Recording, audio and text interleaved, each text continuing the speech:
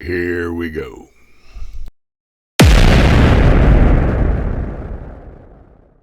I'm going to raise the car up. I need to move there's a wire that I need to get from the back to the front, back up to the engine compartment a little bit. I'm going to raise the truck.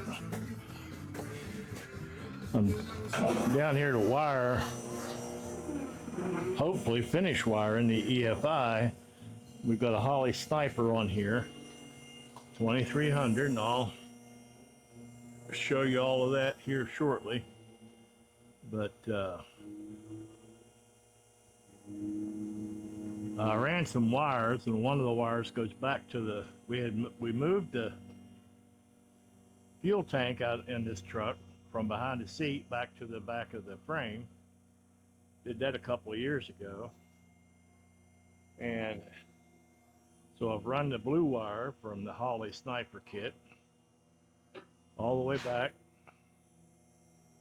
And I took too much of it because I need enough slack in it up front here to put the Holley Sniper relays, etc., on the firewall. So for raising it, I'll skin the wire back up toward the front, and then we'll be able to get set up and start this thing and get it working pretty good. Hopefully get this thing wound up today. This is our 71 Chevy C10, and her name is Marlene. That's Heidi's choice. That's her middle name, so she named it Marlene. So, well, here we are back in the shop on the 71 C10. I just brought the truck down. I was up under it because I needed to get the fuel pump wire slackened up a little bit because I need to get the relay for the sniper system so it'll reach the firewall. We can mount it on the firewall. So here we are, looking for my blue wire. Blue wire. I gotta do that today too. There. Ouch. Oh, hi, baby. Hey. My lovely wife has just come down. Oh. Ouch.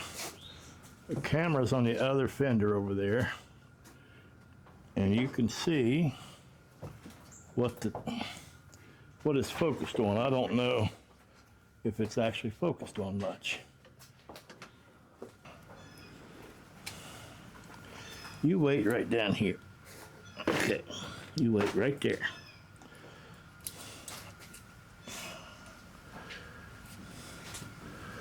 Let me have just the black one. How's that? Okay. Okay.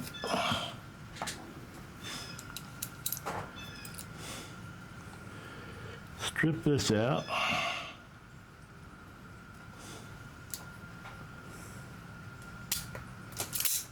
Very nice. I'll go ahead and strip the red one while I'm at it. We will have to get a big fan over here. Getting kind of close, isn't it? For me, because I'm a fat guy. Well, you're back there in the corner. Don't put baby in the corner.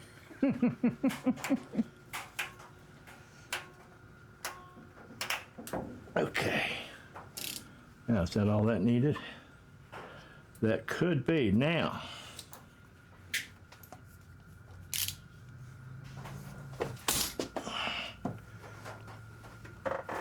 okay. Okay, buckwheat. get this turned up here so I can get to it easier. That'll be fine right about there. There's the hot wire. How do I want to do that? I guess I'd like to do it like that right there.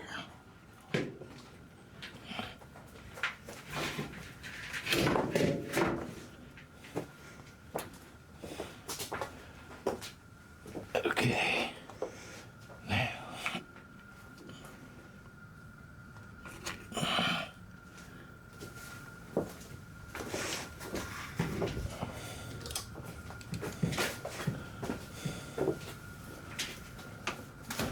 Next time I buy a battery,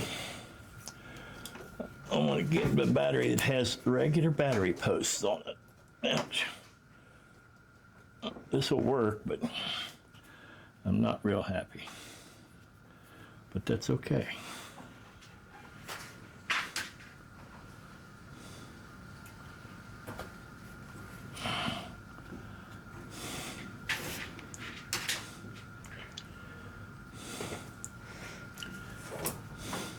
What's the difference in that and a regular battery? Well, these don't have the post.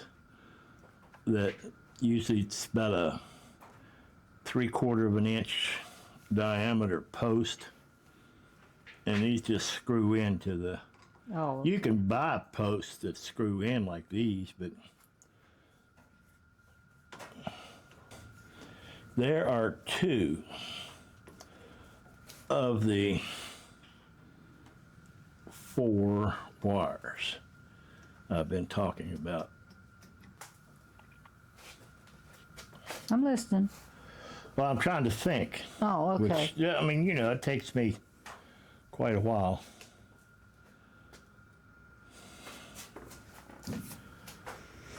I need to find the negative side of the coil. Okay, good. I'm glad I did that. It's marked. Okay. So now I need to make an eyelet. Ouch. Well, I was going to sit down on my stool. Where'd it go?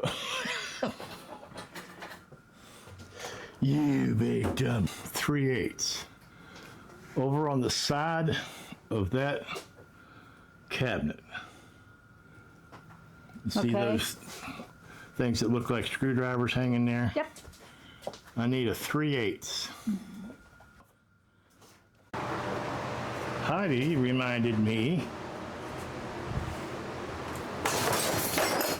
Ouch! Ouch! Help!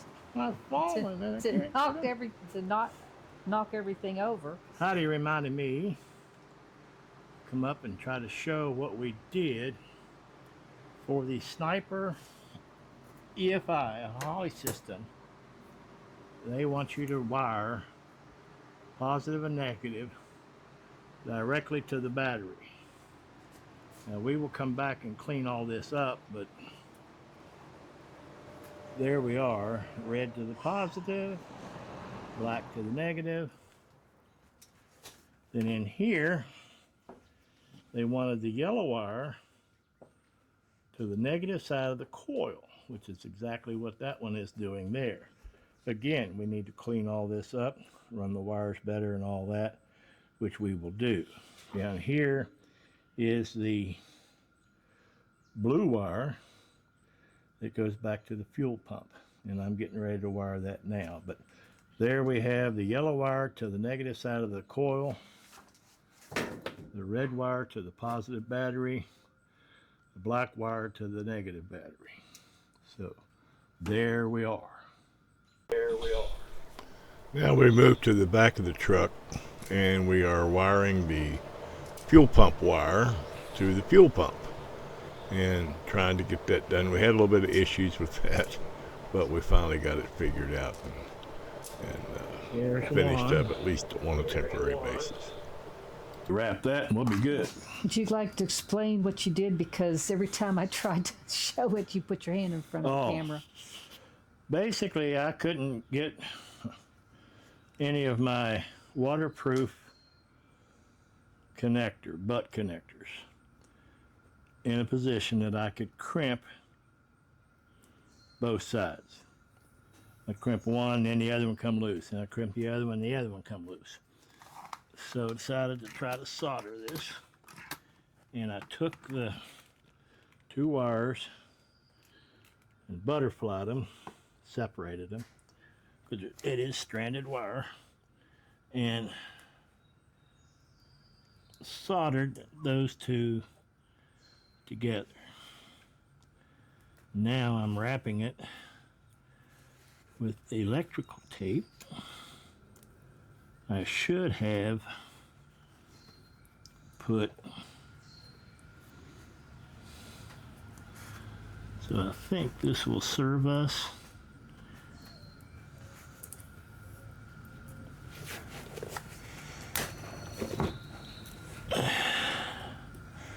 It'll certainly get us programmed. So. Okay.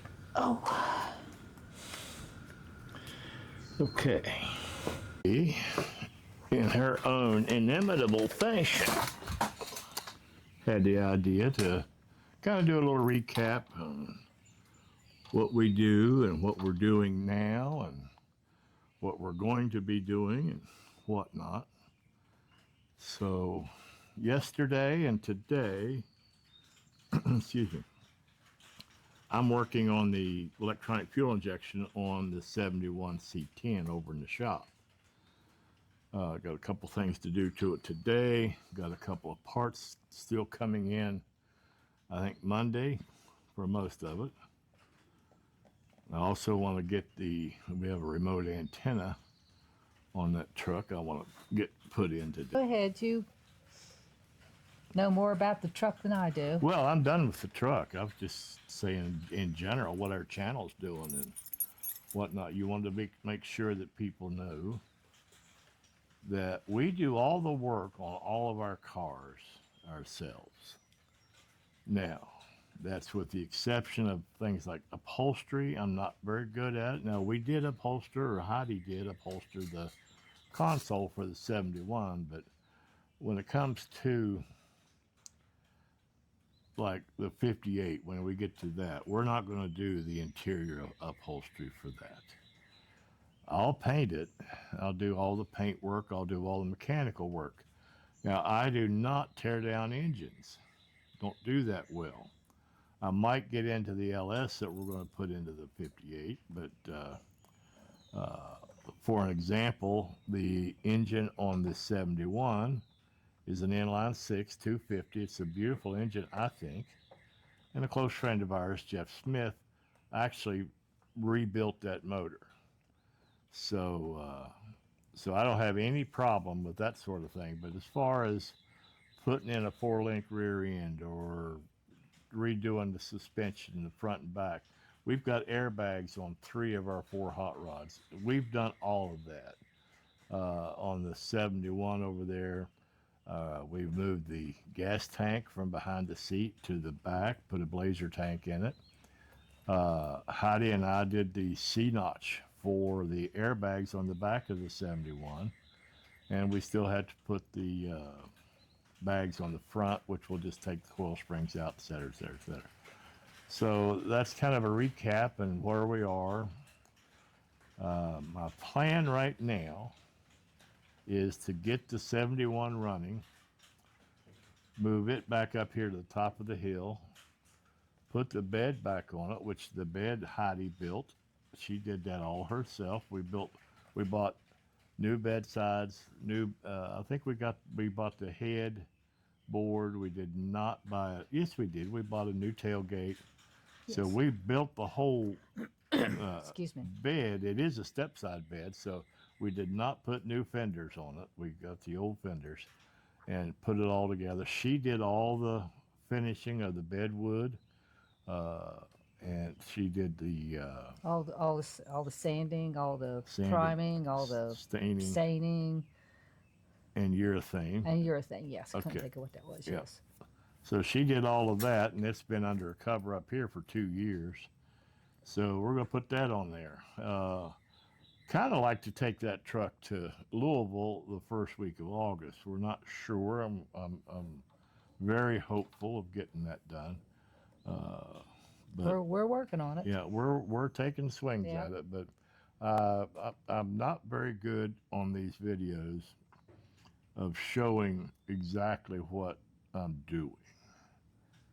And Heidi tries her best, but she says, like yesterday, she said, "Well, you keep putting your hands in the way. I zoom in on that, and I can't see.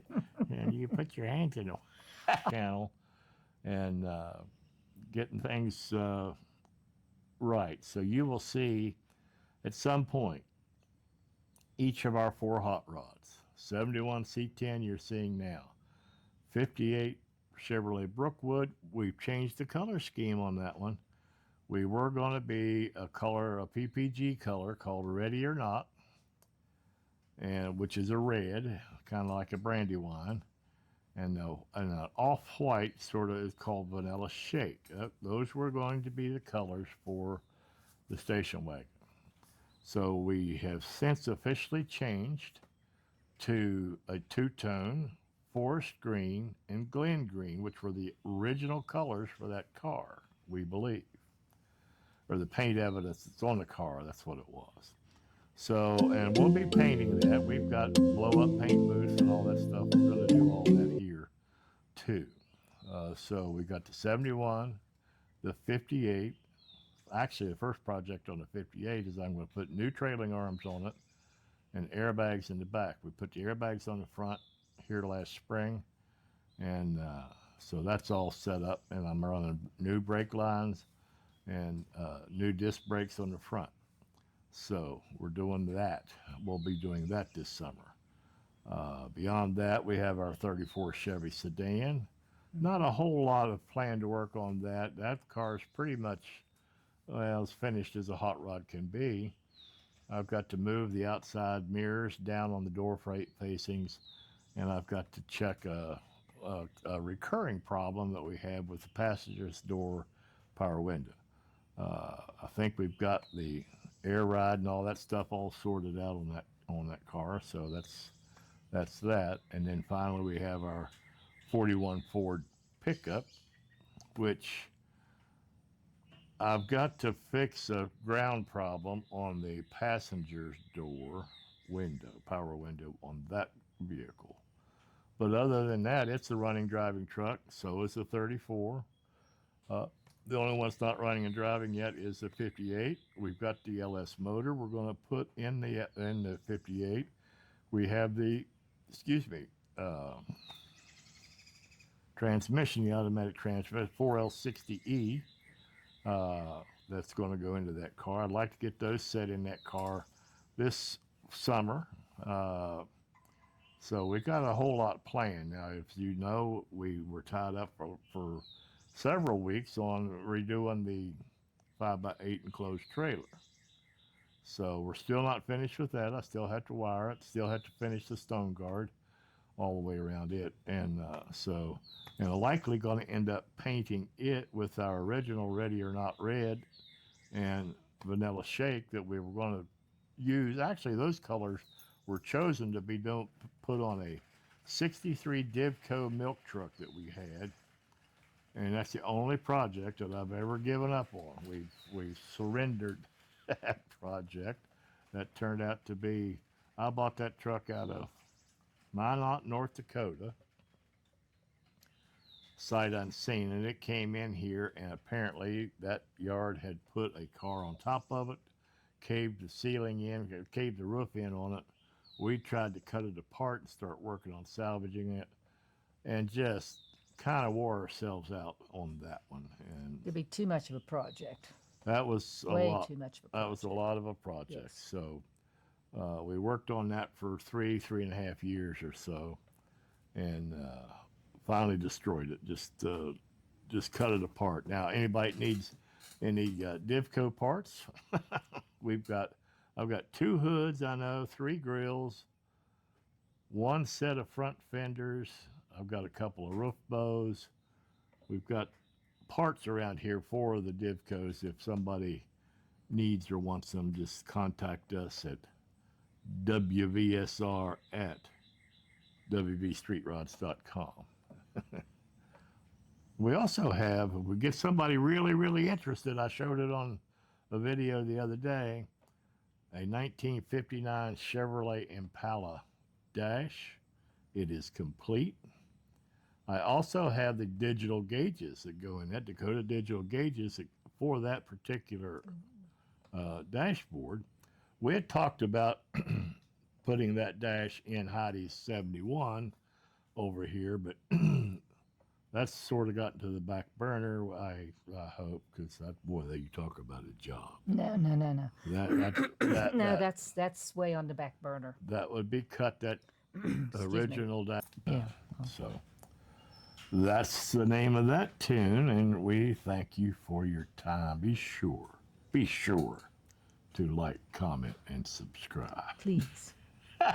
Because it really does help, I'm told. So, okay. Well, here we are. Again. Trying to finish up today. I'm kind of running out of gas, but just to recap what we've done. Today on the 71, I had to rerun the wire for the coil because it wasn't long enough. So I spliced that wire. Heidi found the module for inside the truck that we'll need. So we ran the wire from that through the firewall out to the engine and got it plugged up.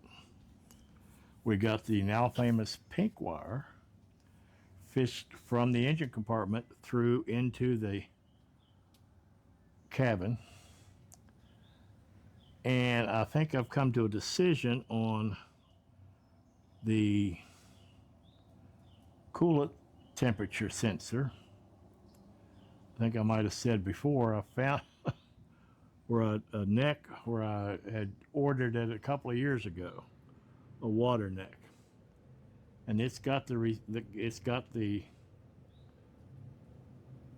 ports in it for the temperature sensor. So I think what I'm going to do is take the temperature sensor out of the side of the block, put the temperature sensor for the EFI in there, and then I can run a wire and put an MPT port on the new water neck and run my dash gauge temperature sensor there.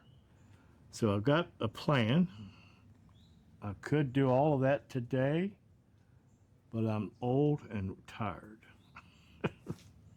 and weak. I just don't know what. No. So I think what I'm going to do is round up today, go in here and edit some video, get it posted, and we will, because still got parts coming. Oh, I've still got to do, can't do anything today anyway, because the bracket for the throttle and TV cable won't be here until tomorrow. So I've got to redo all of that. Won't that be fun? Well, we have a 3-day weekend coming up. We do? Yes, we do. 4th of July weekend. What if I said that I'll be able to drive this truck Monday? Huh? Under its own power. Place your bets. That's what I believe. I believe I can, because all I have to do is route the, well, we've got the pink wire routed. Make the changes on the coolant temperature sensor. That's an hour's work maybe. Put the pink wire where it belongs. Mount the throttle cable and TV cable bracket. Get them on, adjust the TV cable. And at that point, we should be ready to start this truck, EFI wise. Well, I hope it's that easy.